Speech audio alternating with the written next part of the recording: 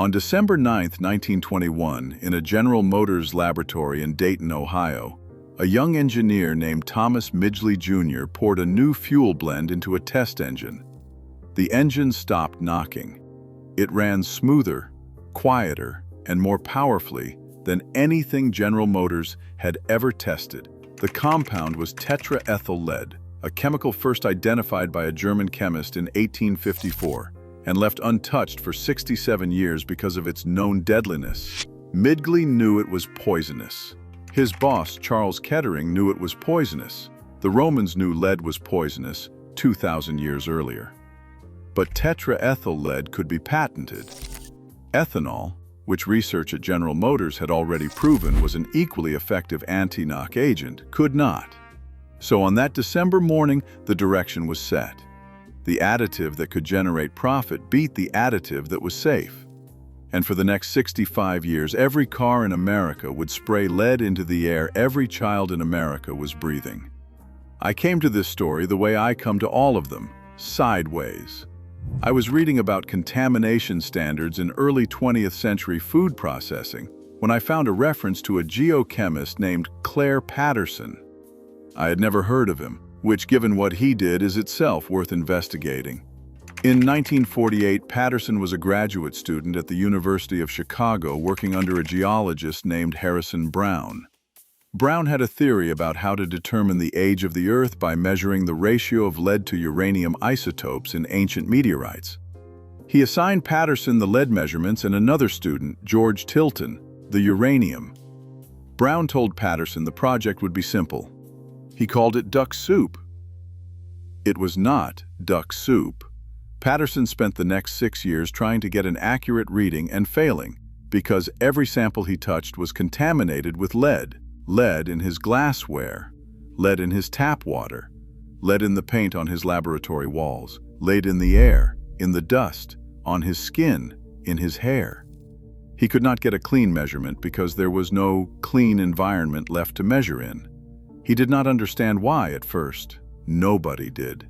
The prevailing scientific consensus at the time, maintained for 40 years by a single man, was that lead was a naturally occurring element in the human body and the environment, present in harmless background levels that had always been there.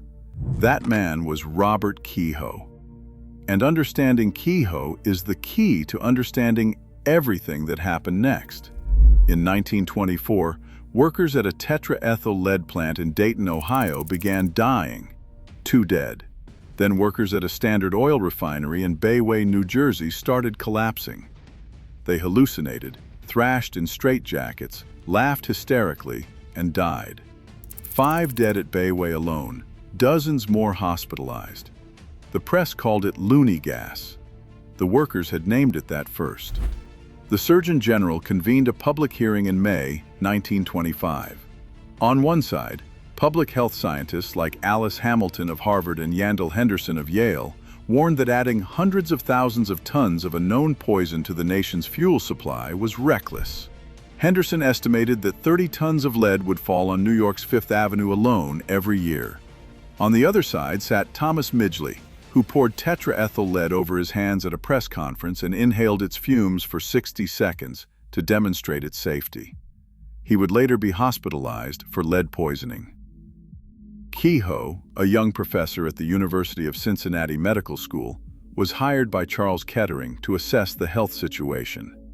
He examined about 20 garage workers exposed to leaded gasoline, found no acute poisoning, and concluded that lead was a normal constituent of the human body. When critics pointed out that his control group was already contaminated, he traveled to rural Mexico, tested villagers' blood, found lead there too, and declared this proof that lead was naturally present in all humans. It was a circular argument. The contamination was everywhere, so he measured contaminated people and called the contamination natural. The lead industry loved this because if lead was natural, then nobody was being poisoned and nobody was liable.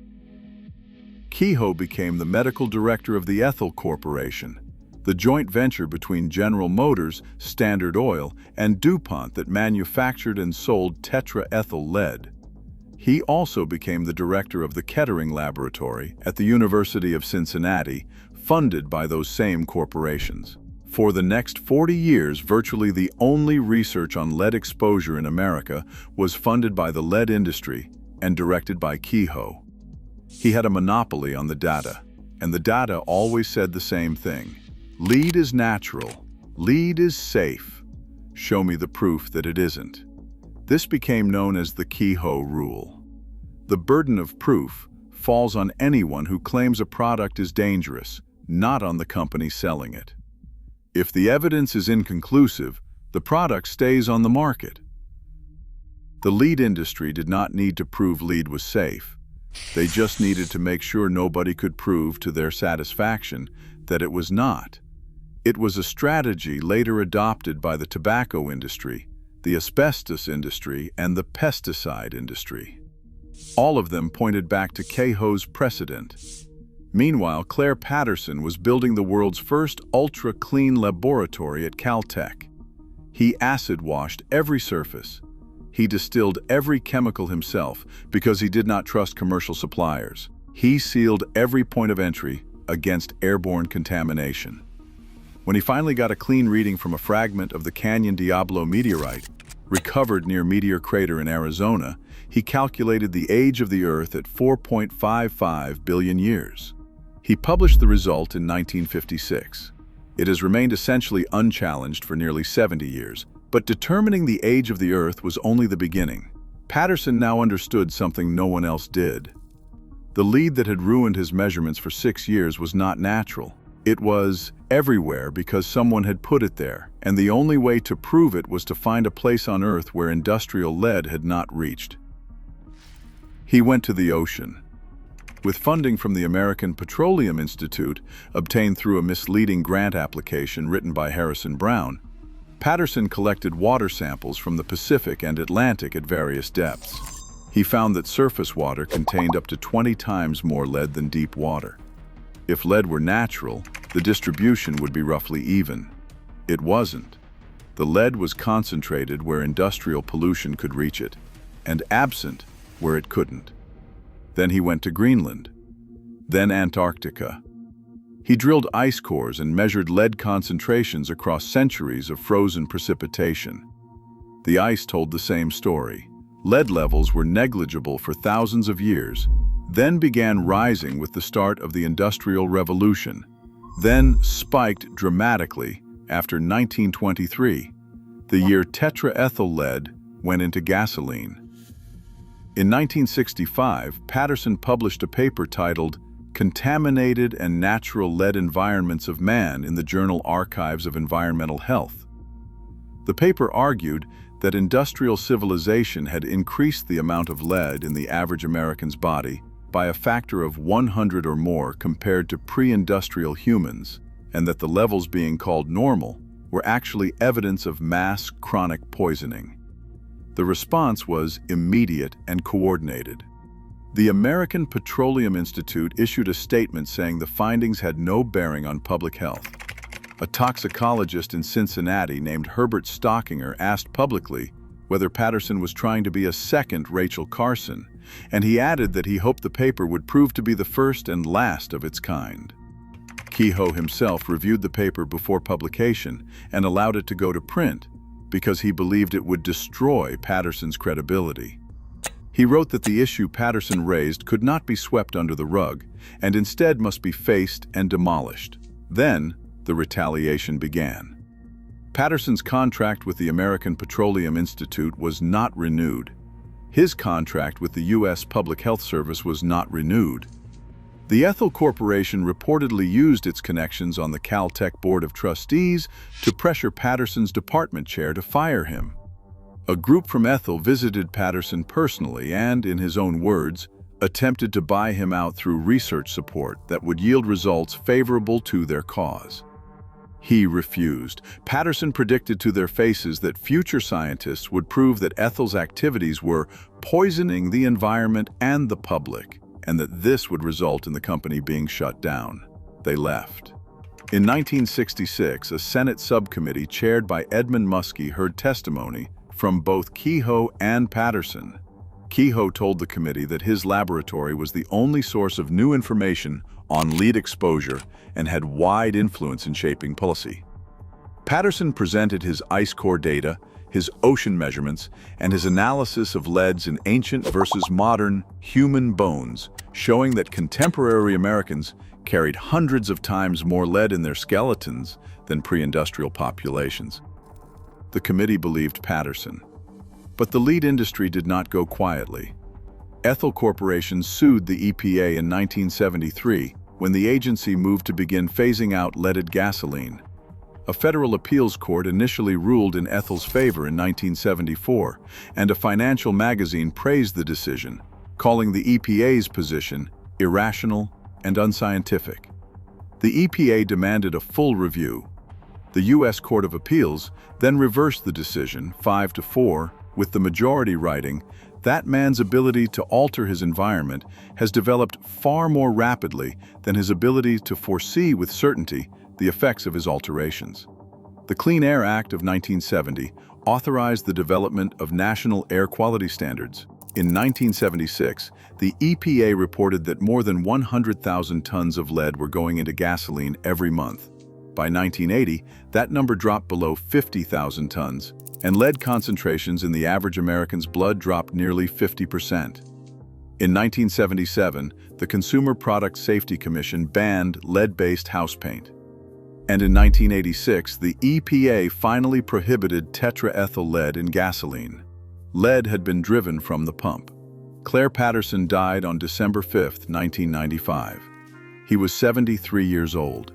The final complete ban on leaded gasoline in the United States took effect 3 weeks after his death. He was born months after leaded gasoline was invented, and he did not live to see the last of it burned. Consider the arithmetic. Tetraethyl lead entered American gasoline in 1923. It was removed in 1986. That is 63 years. During that time, over 270,000 tons of lead per year were pumped into the atmosphere at peak usage. Every child born in America between those years inhaled it, ingested it, absorbed it through their skin. Lead does not decay. It accumulates in bone and blood. It damages the developing brain. There is no safe level of lead exposure in children. None. That is not Patterson's opinion. That is the current position of the Centers for Disease Control and the World Health Organization. The man who proved this had his funding cut, his contracts revoked, and his career threatened. The man who denied it, Robert Kehoe, was awarded the presidency of the American Academy of Occupational Medicine, the directorship of the Industrial Medical Association, the presidency of the American Industrial Hygiene Association, and the vice chairmanship of the Council of Industrial Health for the American Medical Association. The Journal Archives of Environmental Health dedicated an issue in his honor. He died in 1992 at 99 years old, having faced no legal or professional consequences for 5 decades of industry-funded denial. Kehoe received honors while others lost careers. Consider the timing alongside everything else.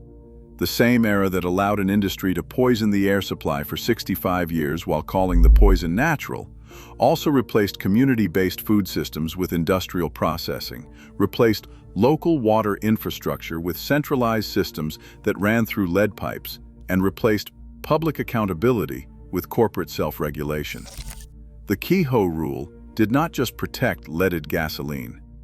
It established the principle that an industry selling a product can demand its critics prove harm beyond any doubt, while the industry itself funds the only research permitted to define what doubt looks like. Kehoe Rule became a shield. Ethanol worked. General Motors knew it worked. Midgley himself had patented an ethanol blend and presented it to the Society of Automotive Engineers in October 1921, 2 months before he tested tetraethyl lead.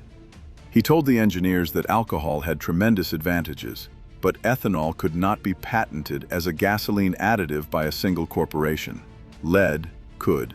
The additive that could be owned was chosen over the additive that was safe, and the cost of that decision was paid by every child in America for 3 generations. Ethanol was sidelined.